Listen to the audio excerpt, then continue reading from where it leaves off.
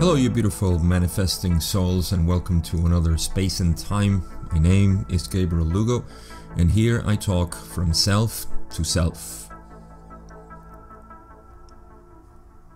Today I'm starting the reading of a very particular channeling that I was really excited to find and get my nose into it, because it is really informative in the mechanics of true manifestation, of the reality of the law of attraction and everything else that we see in our spiritual communities. And you know me, I like to go into the nuts and bolts on how things work, and this of course is no different. So I'm going to divide this channeling into 4 podcasts, 4 episodes. This being the first one, because there is a lot to talk about. It's contrary to many other sessions, is just one question, and the whole time was dedicated to this one question because of the nature of its importance, I would say. And as I read through it, I realized that I cannot do it in 1, nor 2, or even 3 sessions. So I would leave it as 4 different parts, and it helps because the channeling goes from Jim to Austin to Kathy to Gary at the end, and in each section, in each channeler, they explain things that are solid to finish up a point and to keep building on the idea of thoughts becoming things. And so it was really structured, or at least I gave it that structure, and I feel happy with it. So we're gonna start with the question, which was from Fox. And this was written, I guess it was a question, but it reads this way. It seems like in third density, we cannot really know the truth through our thoughts, which are mentally formed symbols or conclusions colored by our past experience and biases. For example, a thought about a glass of water is a description, a symbol of it, and is not something you can hold and drink. The thought of hope, likewise, is an abstract representation of a feeling that points to hope, but it's not hope itself. There are a number of references in your messages that have told us that our current third density thoughts become things on a metaphysical level, and that this will happen more on the physical level as we enter fourth density. Please tell us about what actually happens when thoughts become things. Will our thoughts then be true? Would you please give more examples of a thought becoming a thing? If it happens to us now, or as we enter fourth density, what will that experience be like for us? So in essence, the question is, as the Confederation has always said, thoughts become things. And this is not so strange to us, because we know that when we become aware of our thoughts, the more we become aware of our thoughts, the more we see them in reality. Now, there is an underlying foundation for all of this to happen, and this is what I'm really interested in talking about and revealing. Not so much the mechanism, because that can vary so much between the teachers and the people that want to express this at different levels. But like I said, I like to go to the root of what this actually is, even if it's not sexy, even if it's not trendy, or if it's not something that resonates with those who want to manifest their own reality from the egoic self. So we need to lay some foundation to this. And Kuo makes the channeling, as always, very much available to the keen eye to discern this. So that is the question. The question is, the nature of thought seems to be completely different than the material that we actually see in reality. So how does this pan out as we materialize stuff out of our thoughts? And how does actually the coming of fourth density, and I think this is key to understand that actually we don't need fourth density to begin to manifest things. And this is the mechanism that I want to talk about. It's just that as fourth density manifests, the materialization or the manifesting of our thoughts becomes more real. Awareness becomes wider, and of course we can see the overall mechanics of these manifestations. So again, I'm going to invite you to take away any notion that you have, even if they seem correct within what I'm saying, but put those notions of manifestation to the side and try to go by your own experience, it's really what I like to invite people to do. Not just follow exactly what I say or what it's said here, but just in your own experience, and you'll be able to discern as far as you can. So this is Jim channeling the first part of this channeling, and Quo says, I am Quo, and with this instrument at this time, should say I am with this, I am Quo and with this instrument this time. Okay, it should say I am Quo and am with this instrument at this time. We greet you in the love and in the light of the one infinite creator who made all that there is. We are grateful to each of you for asking us to join you this evening, that we all may work upon our service to the one through speaking some facet of the words of the one in response to the query you have presented us. As always, we wish to look upon the words and concepts which we share with you this evening as that which is our opinion. We are not ultimate authorities. We suggest, therefore, as you use your own discernment to decide which words and thoughts are helpful to you, use them as you would leave behind all others, without a second thought.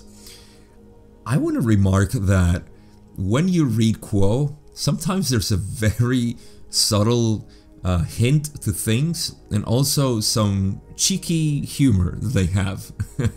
As you will see, I mean, it's very subtle, but you see how they say at the end, without a second thought. Like, that's a very cheeky way of putting their humor without sounding, joking.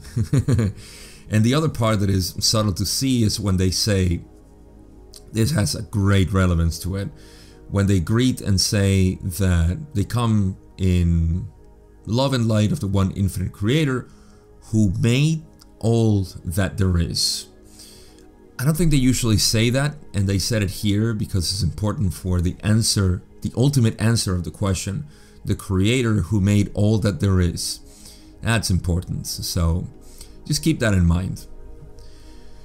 They continue and say, now, this evening you ask a most interesting question. As your planet and its population move into that which you have called the fourth density of love and understanding, there is more and more in manifestation. Those things, as you call them, those embodiments of concept, they become more real, more apparent, more effective within the path of the seeker of truth. For now, you are aware that, as the query was stated, the thoughts that you think are a product of your intellectual mind. Your mind is the means by which you plot a path through each day's experience, and indeed through your entire journey of seeking within this third density illusion for the length of your incarnation. Your mind is as a magnifying glass in some respects, generating certain images, receiving certain images, using these images and perceptions to make sense of your daily experience, to attempt to understand, to use a somewhat lofty term, how the experience that you now have within your daily life may teach you what is the meaning of your life. How do you proceed upon this path? So I'm going to make a pause here and begin talking about this idea that first they are addressing that as we go into fourth density, thoughts will become things more more real. They become more real. It's a perception change into the nature of thought and the manifested reality that is out there. And yes, this is going to become a thing as it is right now. And this will become actually more clear at the end of this series of podcasts, because it's the end of the channeling.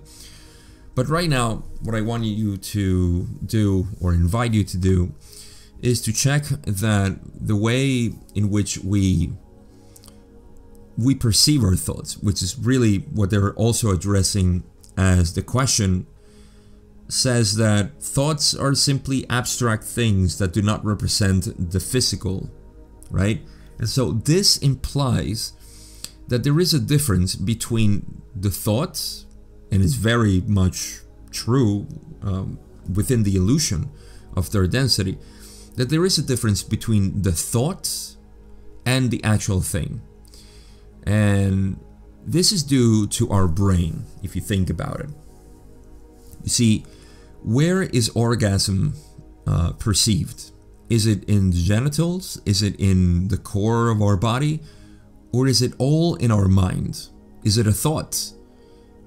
So that is a very important, to me, it's a very important example, because we are relating the physical act of sex to the perception of it. So is there a linkage? Of course there is. And what is the difference? The difference is what we see, and it's our brain perceiving one thing that is separate to the other. And they do say, of course, that our mind is the means by which we plot a path through our day's experience. And our mind is a magnifying glass in some respects, generating certain images, receiving certain images, and using these images and perceptions to make sense of our daily experience, and for us to kind of piece together what is happening. So it's important to know that our perception of mind and matter seems to be separate. This is the whole problem of philosophy, or Western philosophy, of the difference between mind and matter. And the problem is that we keep separating. You can see this in philosophers across our history, Western philosophers, that they seem to always suffer this nostalgic and this feeling of loneliness, because we keep seeing the world separate. And in this regard, again, we see that there is a perception of separation between thought and the thing, the matter, because that's what we want, right? When we have a thought of abundance, we want to manifest physical abundance in whatever distortion we may have. Or if we want a special relationship, then that relationship would have certain quality to us that we have in our mind, but we're not perceiving in reality. So all of this is the sense of separation, which is going to become a theme in this series of manifestation, at least in this channeling, as I explain it. This sense of separation between ourselves and the environment and everything. So you can already see the hint that as fourth density comes in and becomes more clear, then the sense of separation becomes more faint, if you will. It starts to fade away. And of course, manifestation will become a thing. So hopefully you get the idea there. And if not, trust me, you're going to get it at the end of this, at least at the end of this whole channeling. So they continue saying, the thoughts that are your response to your inner questions are your estimations of the answers to your questions. They are more or less accurate from time to time. They give you some indication of the nature of your evolutionary process. They give you steps to take in this evolutionary process, one step after the other, whether in rapid sequence or in a reduced pace of progression. These steps are the fruit of your intellectual description of how your spiritual journey may best be accomplished. Key things that they're mentioning here. first, when they say, they give some indication of the nature of your evolutionary process. You see, what is the evolutionary process if not becoming one with the universe? So, in our experience, our evolutionary process must always have this on the horizon. The seeming separation between self and other needs to collapse. Otherwise, we don't have a sense of unity. So the evolutionary process takes this into account as the horizon, as the goal, becoming one with the universe.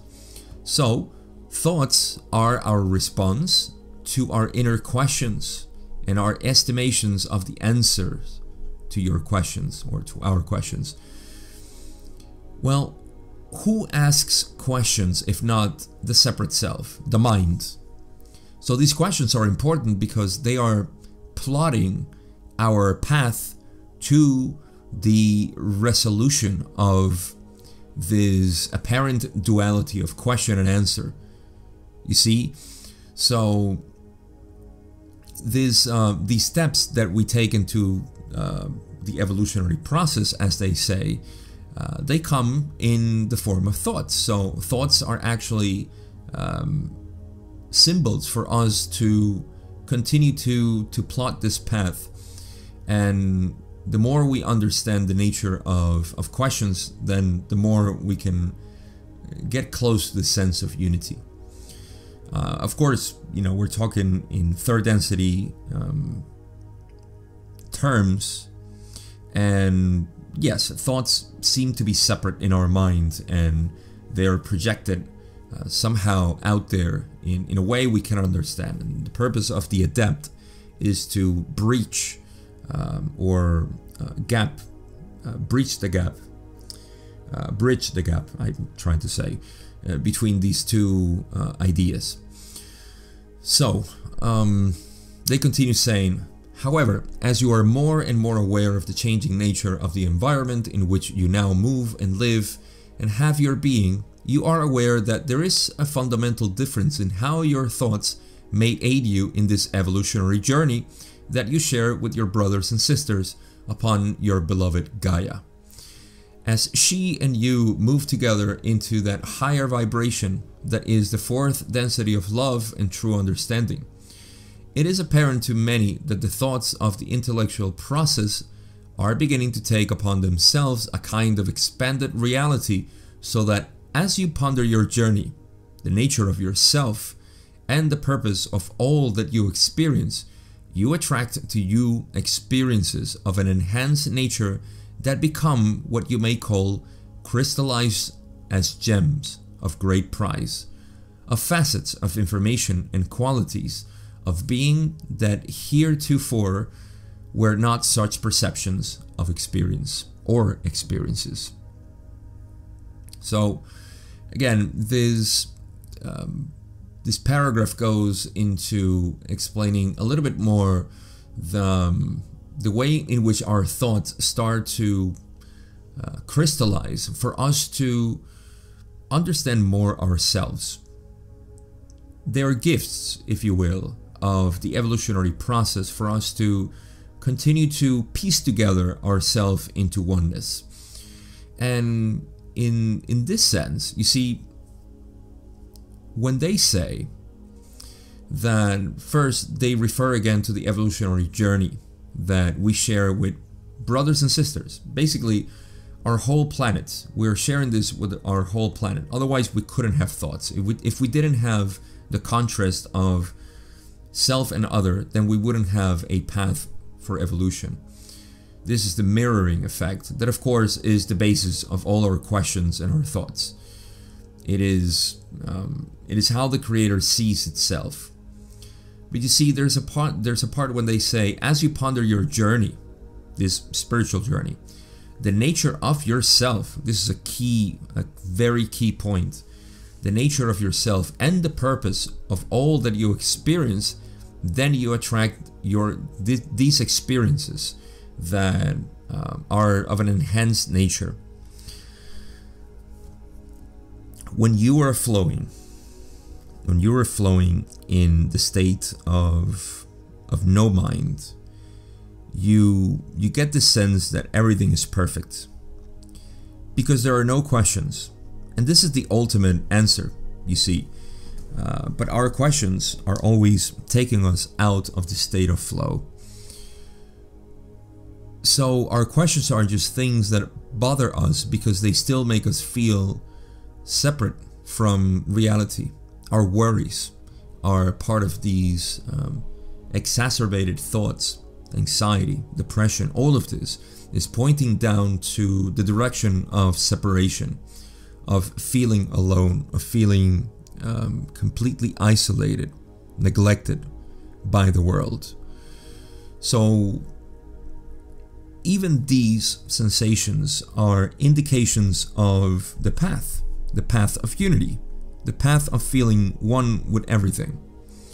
So as we begin to go in the other direction of unity and not of depression or isolation and feeling separate and everything else that just permeates our reality, our societal culture, we go into the other direction and we start to see that, you see, the path is really a way in which we can look at ourselves whole. And there are some indications to this. When we start this journey, and I think all of you who are listening to me have experienced the beauty of synchronicity. Synchronicity plays a really key ingredient into this flashing of truth, the underlying truth, the connectedness of our minds and matter. Because synchronicities cannot be explained by the rational mind. Synchronicities are simply not part of this cause and effect that we see in science, in materialistic science. They are part of our reality. They're flashes, like I said, in our minds that things are going the proper way. And you see, the reason why synchronicities are always indicating that our path is on the right way, then you can see that this is speaking of our connectedness. This is why synchronicities cannot ever be related to separateness, to any sort of negative feelings. Synchronicities are just beautiful flowerings in our own hearts when we experience them, because they signal that path of unity, of connectedness. So they all play a role in this, and this is what, in a way, they're trying to say, that our experiences that are of an enhanced nature become a crystallized gem of great price, facets of information and qualities of being. And, you know, they were not just perceptions or experiences. So this is the beauty of knowing that behind manifestation, behind synchronicities, is the underlying fabric of reality that we all are, that sense of unity that we all experience, whether that be in contemplation, meditation, mystical experiences, dreams, and so on. We just experience this sense of being one with each other, with the environment. And so these manifestations, the synchronicities, start to flash a lot more as you explore this path, as you open yourself to this one connected reality.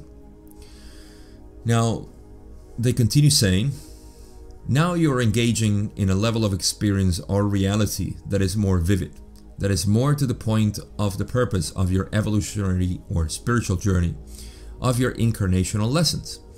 If each of you has, before this incarnation, programmed the means by which you would be able to open your being to greater and greater levels of 4-density vibrations, for each of you has chosen to incarnate during the time that has been called the harvest, or the graduation of souls into the vibrations of love and understanding.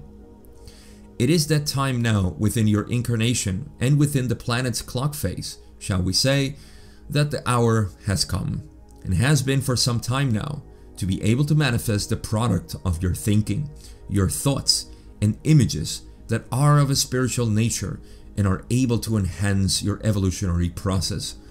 This is a grand event for all, as you are beginning to form that grouping of intelligence and spiritual essence that will allow you to join together as a social memory complex where the experience of any is shared by all. These two paragraphs are especially dedicated to the connection that we have now between the seeming perception of separation here in third density to the coming fourth density experience of connectedness, which is unavoidable on that level, and we're starting to experience it. Now, the other thing that it's implied here for, again, those with a keen eye, is when they talk about their programming of incarnation, in which we fractalize ourselves, or fragmented ourselves. Let me put it this way, fractalize is not the right word, is the fragmentation of ourselves as one being, which we are. We fragmented ourselves into what we call the archetypical configuration of our minds. And I won't get into that because that's just a fascinating topic in and of itself. But this fragmentation into the archetypical arrangement of our minds, what produces is a unique experience of piecing together the puzzle of unity of ourselves with others. So the reason why I'm mentioning this is because they say it that we program ourselves. By the way, this is channeling last year. It doesn't even have a year from the time of recording, and we're talking about 2021, October 6th. And you see, they're talking to us who are incarnated right now in the process of harvest, in the process of ascension, of transcending this third density reality. And so the way in which we program this is unique, because we know that prior to this, let's say 100 years ago or more, what we had was an environment in which things were quite difficult to see. Fourth density vibrations weren't here in time space in our minds to help us, to aid us in the discernment that is needed for us to see the oneness within all of us. You know, one of the key important parts that they mention here too is that at this specific time of graduation, going into fourth density, these this manifesting things that are coming out of our minds, they are of our spiritual nature to aid in the evolutionary process. Now again, if we can place the definition of evolutionary process as the seeking of unity, the piecing together of the fragmented puzzle that we are, then we can see that those things that we are manifesting are all of those things that we need to become one with the universe.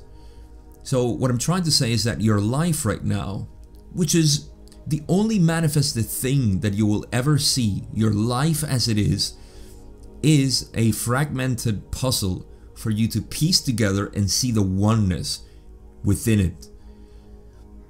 This is the key thing about manifesting, and I want to leave it at this point, because this is the key message today, is to see that your thoughts are simply perceptions that you have of the jigsaw puzzle, right?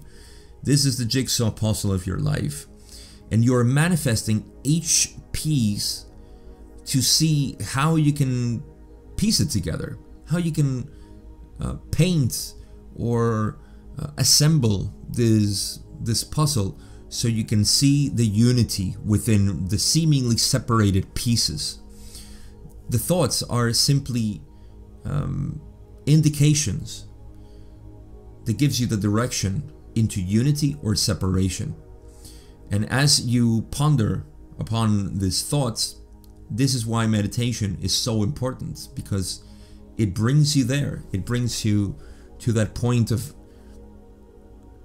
not avoiding the thoughts, not falling into a sort of repetitive cycle of thinking, which is really what causes anxiety, is the repetitive thinking of one thing and exploring all of its possibilities. And like they say it here, let me speak a little bit about anxiety, and something that they said is that, I'll go back to one of the paragraphs where they say, the thoughts that are your response to your inner questions are your estimations of the answers to your questions. You can see the whole nature of anxiety right here. Thoughts are our response to inner questions and are simply estimations of the answers to your questions, or to our questions. You see, when we have questions and we don't have an answer, or we plot so many answers, we start to become jittery. We start to become anxious. And if we can simply see thoughts as a sort of indication and not the reality of our minds actually, then we can start to relax ourselves into meditation. And the last part that I want to mention here is what they say, which is going to be important for the next part of the series, is that, I'll probably just read it again. It is that time now within your incarnation and within that planet's clock phase, and they're talking about harvest here, to be able to manifest the product of your thinking, your thoughts and images that are of a spiritual nature and are able to enhance your evolutionary process. So this is speaking to the first part that I already mentioned, the environment, the time-space environment, the mental environment that is now for density that is available to us.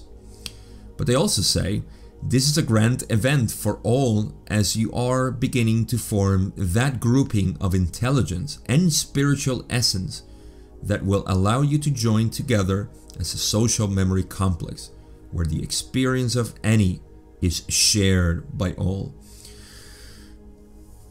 This will be expanded further in the next episodes of this podcast, but I'm going to leave you with a teaser, because they're talking about how our thoughts, as we piece them together, or rather as we piece together our puzzle and realize that we go to the path of unity, that this intelligence, this group intelligence, as we share together, you see, as we all not demand on the third density level of protest and so on, but inner demand of seeing unity in everything, seeing love between ourselves.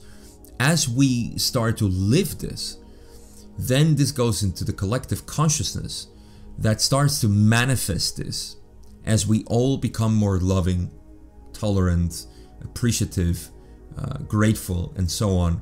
So does the collective consciousness. You don't have to be an activist. You don't have to be an influencer. You don't have to be anything. All you have to be is that which you want to see out in the world.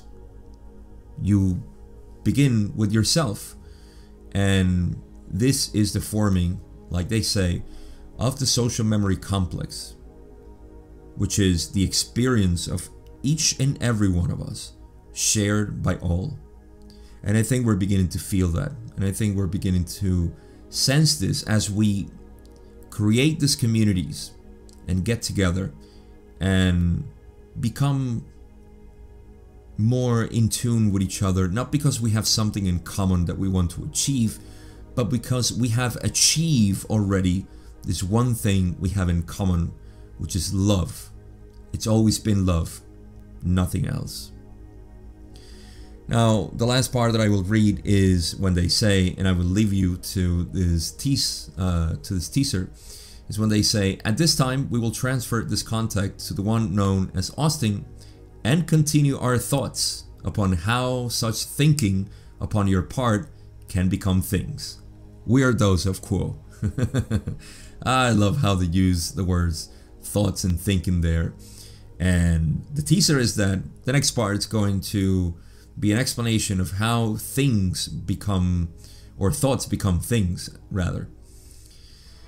So with that, I leave you in the love and in the light of the one infinite creator, which is what we are and what we seek with our fragmented mind.